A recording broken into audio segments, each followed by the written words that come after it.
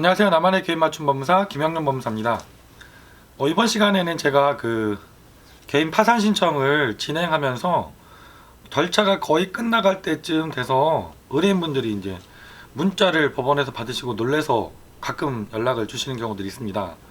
법무사님, 이거 문자에 파산 폐지 결정이라고 와 있는데 이거 절차가 잘못된 거 아니냐, 이렇게 놀래서 전화가 오시는 경우들이 있는데, 오늘은 이 파산 폐지 결정이 어떤 의미를 갖고 있는지 이것에 대해서 말씀드리겠습니다.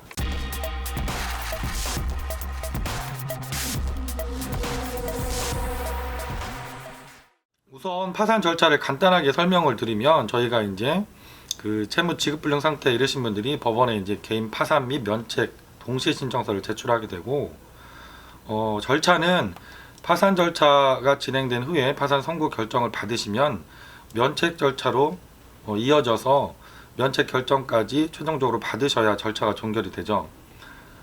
근데 이 파산 절차에서 파산이라는 게 단순하게 판사님한테서 내가 앞으로 향후에 경제활동을 열심히 해도 내 채무를 다 변제하기 어렵다, 지금 내가 가지고 있는 파산재단에 속할 수 있는 재산을 다 정리하더라도 채무 변제가 불가능하다라는 지급불능 상태를 확인받는 절차입니다.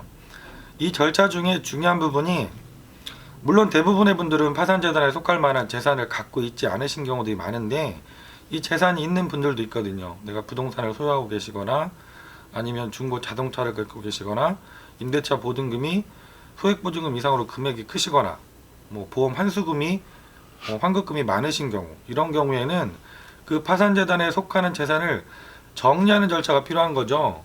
이거를 청산 절차라고 하죠. 근데 우리가 파산 진행하다 보면 이 청산 절차를 요구하시는 분들은 이 관제인께서 재산을 환수하시거나 환가해서 배당까지 종결이 돼야만 파산이 종결이 되고 그 다음에 면책 결정을 받으시게 되거든요. 그래서 이렇게 배당 절차가 필요한지 아닌지에 따라서 파산이 끝날 때 그 용어가 달라집니다. 배당 재산이 있어서 그 절차를 진행하신 후에 종결이 되는 경우에는 종결 결정이죠. 그 청산 절차가 다 끝났다는 의미에서 종결 결정입니다. 그런데 그거보다 더 많은 분들이 파산재단에 속할 만한 재산이 없습니다. 애초에 처음에 시작할 때부터. 이런 분들은 절차가 필요 없기 때문에 그 절차를 하지 않는다는 의미에서 폐지 결정이라는 용어를 쓰고 계신 겁니다. 이게 폐지 결정이 그러니까 절차가 잘못된 게 아니라 간편하게 진행될 수 있다는 의미로 더 쓰이고 있는 것이죠.